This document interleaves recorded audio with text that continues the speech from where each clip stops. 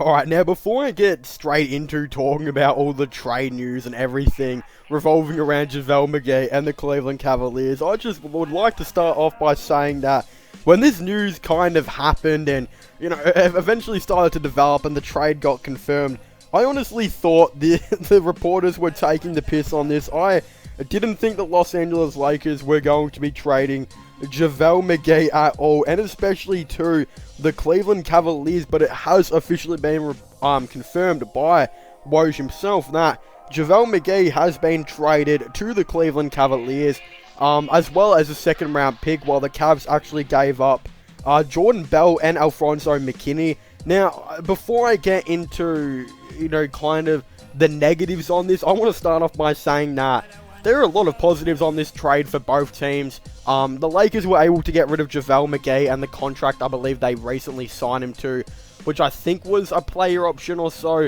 It was about $5 million, I think, or something like that. The Lakers were able to get rid of him, meaning they could actually go out and, get Marc Gasol, which again, I would probably be making another video on that, but the Lakers have officially signed Marc Gasol as well, which recently got confirmed to, I believe, about a 2-year deal or so. So again, getting rid of JaVale McGee, considering they already had, Montrezl Harrell, Marc Gasol, Anthony Davis, Markieff Morris if he re-signs, Kyle Kuzma, etc. They had enough, big man on the team. So getting rid of JaVale McGee probably made, the most amount of sense for them. Not just that, his contract it's about, average. I mean, it's not like he's super overpaid. He's not underpaid really either. I'd say $3 to $5 million is about right for JaVale McGee. The issue was, just finding a team to trade him to this late in free agency. I mean, we've seen a couple of teams like the Cleveland Cavaliers who look like they're struggling on trading Kevin Love so far. There wouldn't have been too many teams that would have traded for JaVale McGee at this point in time, so they did actually have to chuck in that second round pick on there. But of course, they were able to trade him to the Cleveland Cavaliers, who recently just saw the departure of, Tristan Thompson, and they've just waived Artes, etc. as well. So bringing in a center for the team would have actually been, the main priority really for them, getting another backup in. And I do feel like JaVale McGee was a good pickup. Now, again, looking at the issues and the negatives, though, for the Cavaliers and the Lakers, we'll start off with the Lakers, the Lakers pretty much just traded a second round pick and an actual decent player for really nothing, because Jordan Bell was signed by the Cavaliers a couple months ago, but he never played a game. So the Cavaliers have just literally traded him without even, playing a game, him playing a game with the team. He's played, a couple, I believe, well, not games, but he's trained a bit with the Cleveland Cavaliers in this most recent offseason. But the main issue again is that the Lakers have just brought back Jordan Bell, who I do expect they might actually waive, and have just brought back Alfonso McKinnie, who I do expect for them to keep. I think it'd be very dumb for them to waive, but again, Lakers fans, don't be surprised if they do actually waive Alfonso McKinnie, which means they would have just traded JaVale McGee in a second round pick for absolutely nothing. So for the Lakers, that is very odd and not exactly that great. And then what the negatives are for the Cavaliers is, for those of you who don't know, I'm a pretty big Cavs fan, and I'm often critical on a lot of players that we have on the team, especially, Kevin Love, who I don't feel like should be on the team right now. I feel like they should trade him. But one player I actually did like was Alfonso McKinnie, and I felt like he was a very good player to have on the team, as he was kind of that perfect 12th to 15th man for the Cavaliers. He kind of played that defensive lockdown, small forward type of role that could play shooting guard and power forward. And I feel like he's one of the most underrated players in the league. He's literally that underrated in my opinion that he didn't even have a contract before the Cavaliers. Like, the Golden State Warriors decided not to bring him back for some reason, which I find it weird, because it's not like he's a bad three-point shooter. He's not a good scorer or anything like that, but he is still a pretty decent defender, so I feel like he could be very useful for a lot of teams out there in the NBA. So, as a Cavs fan, I am kind of hoping that the Lakers do waive him and the Cavaliers bring him back, which means that if the Cavaliers do that, they pretty much will have just traded Jordan Bell for JaVale McGee and a second round pick, while also keeping Alfonso McKinnie, which again is a massive win for the Cleveland Cavaliers if they can make this happen. I am a little bit disappointed that they threw him in the deal.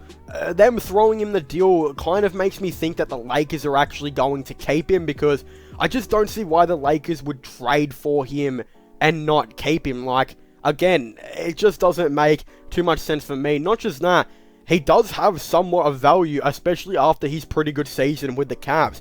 I mean, it's not like he did anything special, but he was there defensively when not many other players were for the Cleveland Cavaliers. And I believe he ended up getting like a 3-year extension on about $1 to $2 million for every one of those years. So, again, he's kind of locked up in the NBA right now. Whoever has him, I believe it is guaranteed money. So, it's not like he'll just get waived and not get paid. So, again, I definitely feel like he does have somewhat of worth, and if I don't believe the Lakers will sign him, because I do feel like there will be a team out there that will offer a second round pick for him. For example, a team that is kind of, lacking in the forward position or is looking for more depth, a couple of those teams out there. I definitely feel like there are a couple, off the top of my head, I can't really think of too many. He kind of would fit in with that Miami Heat mold, and considering the Miami Heat have just lost players like Jay Crowder and Derrick Jones Jr., honestly, if they could get Alfonso McKinney for a second round pick or something like that, or claim him off waivers, damn, that would be very good for the Miami Heat, and that's just a team that came to my head just then. So, yeah, a lot of thinking now for the Lakers, if they're going to waive him or keep him.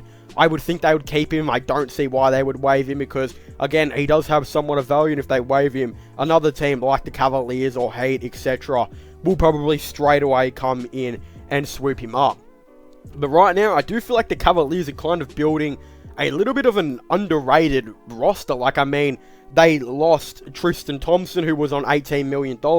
They've, lost Daly, who I believe they'll probably re-sign, but he was on that $9 million deal. So that's about $27 million. They still can trade Kevin Love, potentially within the next year or so, which I feel like they will do. They could bring something in for him. But at the moment, they've just freed up $27 million from those departures. And they've brought in JaVale McGee, who's a nice rotational center. Might play 15 to 20 minutes per night for the Cavaliers.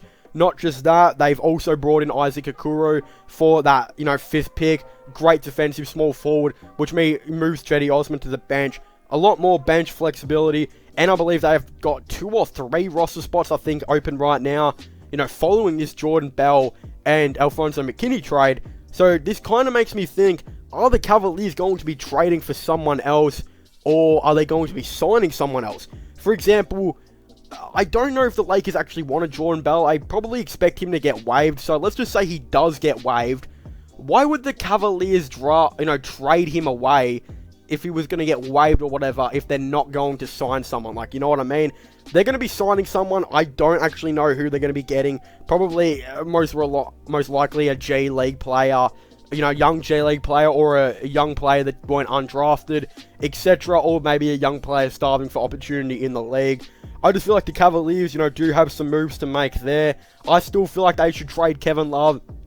And with teams, kind of overpaying heaps for, like, Gordon Hayward, like, it was rumored that the Pacers were offering $25 million. I believe the Hornets were they offered $30 million. He just signed a big 4-year, $120 million deal worth $30 million a season. With players such as Gordon Hayward getting overpaid, I definitely expect Kevin Love to have some offers here and there as well. Not too sure who they will be. I know that the Charlotte Hornets are looking to move around some pieces here and there as well. They still have players like Cody Zeller who are on the team. If I was the Cavaliers, I would definitely think about trading Kevin Love to the Charlotte Hornets. And what I would do if I was the Cavaliers is I would offer to pay for Cody Zeller's contract, get Cody Zeller to the team. I believe it's about a $15 million deal, and I believe they waived Nicholas Batum, who will be making around $3 million, or $9 million, I think, guaranteed money for the next 3 seasons. So, if I was the Cavaliers, I'd get a first-round pick from them, bring in Cody Zeller maybe, and offer to pay off that $9 million, deal for next season, and then, of course, get that first-round pick or something in for the, from the Charlotte Hornets. This makes sense for both teams, as the Charlotte Hornets get rid of Cody Zeller's extremely overpaid contract and get rid of Nicholas Batum's contract of around $9 million or so, who's not even playing for them, and all I have to do is give up a first maybe in a couple years. And I do expect them to be actually pretty decent in a couple years. I mean, they've got a really nice young core, LaMelo Ball, next year's draft pick. They could have Kevin Love, Gordon Hayward, Miles Bridges, PJ Washington. And then, yeah, I could definitely see them maybe going out and getting another center like Hassan Whiteside here and there as well. So, of course, I'm very interested to see how it's all going to go. I definitely would really like to know all of your thoughts and opinions on this. Do you guys think the Cleveland Cavaliers trading for JaVale McGee was a good idea? Do you guys think the Lakers trading was a bad idea? Again, I'd definitely really like to know all of your thoughts and opinions on this down below. But of course, don't forget to subscribe to this, this channel for the latest sports content and news.